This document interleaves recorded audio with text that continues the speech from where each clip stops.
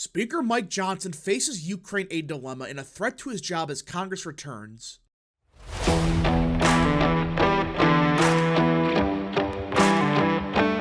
What is up, people of the internet? It is me, Real American, back in with a new video. Today, it is time to talk about the chaos that is unfolding in the House of Representatives because everyone, this could very well be the last week of Speaker Mike Johnson because, let's face it, no matter what he does, he's going to piss off one faction of the Republican Party. Whether it's the moderates, whether it's the conservatives, it doesn't really matter. Mike Johnson's put in a lose-lose situation either way.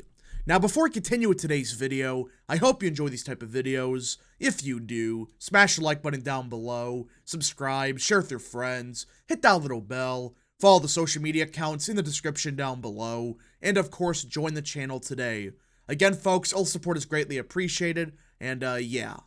Now, I am not saying that there is a 100% chance of Johnson being ousted. In fact, I still think that more than likely, he will keep his job as Speaker, but Congress is returning this week, and there is a lot of stuff to do that if Johnson screws up even one of them, I could see him being ousted, which is very unfair to him. I mean, he has a 2-seat majority at best, and then you have two factions that hate each other, and the conservatives and the moderates. But let us get into it.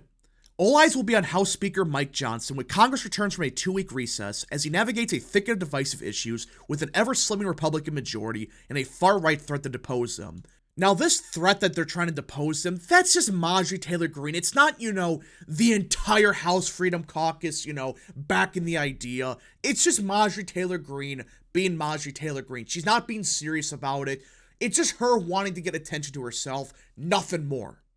But the thing that really pisses me off about what's happening is this part here. The ever-slimming Republican majority. Because you have these assholes like Mike Gallagher, Kevin McCarthy, etc., resigning right in the middle of the session, and now Republicans have like a 2-seat majority because of them. And then, months ago, they got rid of Santos. And because of all of that, Republicans could theoretically lose the House if, just say, a couple Republicans here and there have health issues or they just flat out resign. That's why I give Mike Johnson the benefit of the doubt, because he has a 2-seat majority at best, and Democrats have the Senate and the presidency. What did you expect him to do? Pass an immigration moratorium? No, he's trying his best to keep both factions of the Republican Party happy, but on top of all of that, no matter what he does, half of the conference is opposed to it. He supports one thing, the moderates are opposed to it. He supports a different thing, the conservatives are against it also. So, no matter what he does, he's in a lose-lose situation every single time. I have never seen this before. It just seems like he tries to appease the conservatives, the moderates get petty and oppose it, and vice versa. It is pathetic what's happening. Atop the list of contentious issues is a military aid package for Ukraine and other allies. Also on the line are nearing deadlines to renew a controversial surveillance program on April 19th and reauthorize the Federal Aviation Administration in May. And this is why I think it would be dumb to try to even oust Johnson, because, okay, let us just say somehow you get rid of Johnson and get someone more conservative, which that's not going to happen. Somehow you accomplish that. Well, that new speaker is going to have no time to prepare for these votes, and Democrats are just going to roll over him, or her, or whoever the next speaker is. That's the biggest problem with this plan. There are big deadlines coming up, and whoever the new speaker is, just somehow occurs to be a conservative, they're going to get rolled in negotiations. That's the biggest issue with this plan. If it was December, or hell, even January, maybe you can make the argument, but now? What's the frickin' point? If you try to oust Johnson, Democrats get all the leverage in the world no matter what happens to the guy, because if he gets ousted, the next speaker will be controlled by the Democrat Party. But if he somehow survives, Democrats are going to force him to make some bad decisions. And lawmakers are grappling over funding for a new bridge in Baltimore following the collapse of the Francis Scott Key Bridge over the break. Meanwhile, Senate Majority Leader Chuck Schumer told colleagues that in the coming months, the upper chamber could take up issues such as rail safety, child online safety, and TikTok legislation following the House's passage of a bill that could ban the social media app in the U.S. So, again, bad timing to try to even pull a stunt to get rid of Johnson. The next couple months are possibly going to be the most important of the entire session. Just 5 months on the job, Johnson is once again in the hot seat, facing enormous political and international pressure to make good on his word that passed new aid for Ukraine. While he has vowed to put billions of foreign aid on the House floor once lawmakers return, doing so could trigger a vote to oust him from the speakership, led by one of the most vocal critics, Marjorie Taylor Greene, a Donald Trump ally who opposes Ukraine aid and wants to focus instead on the U.S. border. Which, again, I understand where some people are coming from and saying, hey, why is Johnson trying to push for new aid to Ukraine? Why?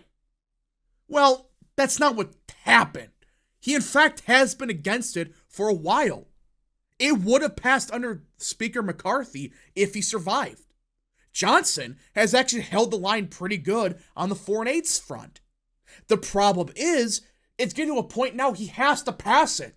The moderates are getting pissed off at him, and Democrats demand it. Greene took a first step towards ousting Johnson right before the House left for its 2-week break, but stopped short of forcing a vote.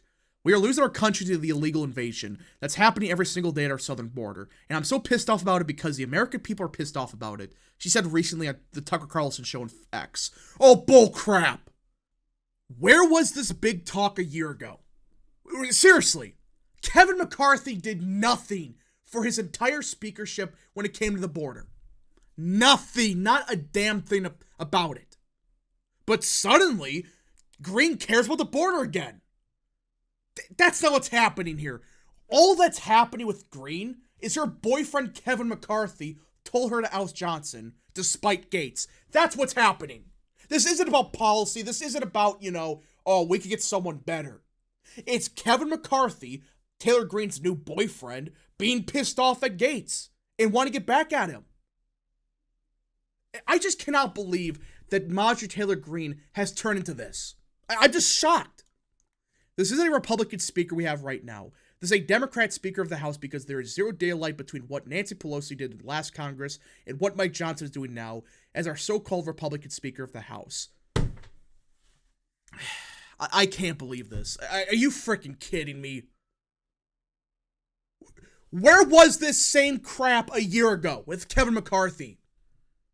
If you said the same stuff then, fine. You might be legitimate. But you're not. The Republican fragile two-seat advantage over Democrats mean just a handful of GOP rebels could team up with old Democrats to end Johnson's speakership in the same fashion that toppled his predecessor, Kevin McCarthy. Some Democrats say they may rescue Johnson if such a vote happens, although Johnson's allies believe those comments only weaken his standing within his own party. And that's why Democrats win no matter what. This isn't a vote of, okay, Kevin McCarthy goes down, but at least we have a decent enough majority get some kind of Republican. Now it's like, wait, we have a 2-seat majority, and if Johnson's thrown out, who the hell are you going to get that wants the job? Because Democrats have all the leverage no matter what. If they save Johnson, he has to do what they want. If they get rid of him, well, the next speaker has to abide by what the Democrats want. That's why forcing a vote like Greene wants is utter stupidity. I just cannot believe she actually believes this would work. The Matt Gaetz situation worked because, guess what? There was like a 5 to 6 seat majority for the Republican Party, or whatever it was. Now, you don't have the luxury. Now, I do want to talk about some of the upcoming legislation because, let's face it, the next couple of weeks will decide if Speaker Johnson survives much longer. Because if he screws up just one of these, he's probably gone, which I hate to say, but he's at a point now where he has to find a way to somehow unite the entire conference, get every single Republican to vote the same way, cannot afford to lose a single person, and somehow make a deal with Democrats that doesn't piss off the party. Now, in my opinion, the biggest upcoming vote is going to relate to the surveillance legislation. And for those that don't know, this effectively deals with, okay, how much can the feds spy on you? You know, how much can they, look at what you're looking up on the internet, what's your phone records, all that stuff, Well, many conservatives like Jim Jordan, the House Freedom Caucus, etc., they want to limit the authority of the government to spy on Americans. The problem is, well, you got clowns like Mike Turner on the House Intelligence Committee. They're saying, no, we want to extend the powers to spy on Americans. The Republican Party, everyone, they supposedly love liberty, but they want the government to track everything you're doing, or at least half the party does. Now, when I say half the party, I'm talking about the conference. Like 95% of Republican voters are against this crap. But the Republican Party doesn't care. They really think it's a good idea for the feds to spy on you. What could go wrong with that? Patriot Act 2.0. That's what this effectively does, or that's what they're trying to pass. And crap like this is a precursor to it. So I'm hoping Mike Johnson reverses course on this and somehow makes a deal with bozos like Turner to stop this legislation, but I highly doubt it. It sounds like Johnson supports it. I don't know why he does, but it's kind of pathetic that the party that supposedly loves liberty and loves the Constitution, but this time we can make an exemption to that. I don't know why this is the hill to die on, but the Republican Party, everyone. But as for other votes, the Ukraine-Israel aid stuff, this could be the one issue that if Johnson gets thrown out for, it would be the Ukraine-Israel aid. The Israel aid itself, no, that's going to pass no matter what. Well, theoretically it should, but more so the Ukraine aid, which they packaged all of that into one bill. This is the major bill that I think, if it passes, Mike Johnson can be thrown out. At least in its current form. Because they want $95 billion in aid for Ukraine, Israel, and Taiwan. And most of it for military purposes. Not just, helping the people of Gaza, helping the people of Ukraine. No. This is going right towards the militaries of these countries to prepare for war.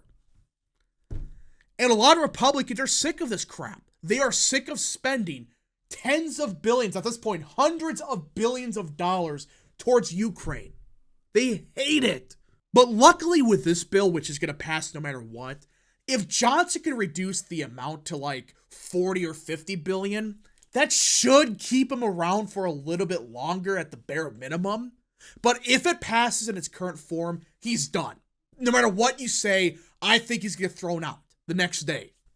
It's awful that he's put in that situation, but I don't know what to say. People are fed up with the aid to Ukraine, and they want to blame someone. Instead of blaming the moderates like Don Bacon, they're going to take all that anger and throw it at Mike Johnson's direction. And that's really the one bill that I think he could get thrown out on. The rest of the stuff, the Mayorkas stuff, they impeached him a month ago. It doesn't really matter. The bridge stuff, that's insignificant. I doubt really any Republican would oust their own speaker because, he gave them $400 million to repair a bridge. Now, you can make an argument that, well, maybe that company should pay for some of the damages, but either way, these last two things, I don't think they're the reasons Johnson could get thrown out. It's really the first two. The surveillance bill, but more importantly, the Ukraine-Israel stuff. If he screws that part up, he's gone. If he lets $95 billion in aid to Ukraine and Israel through, there's no way he survives that. Or at least I highly doubt it. But let's just hope it doesn't get to that point of, okay, Mike Johnson's out as speaker and we're going to get stuck with Don Bacon. Let's hope that it doesn't get to that point because, you think Mike Johnson's bad? Oh boy, imagine Don Bacon as Speaker of the House. You talk about a downgrade. I would much rather have Kevin McCarthy at that point. At least he's kind of conservative on like one or two issues.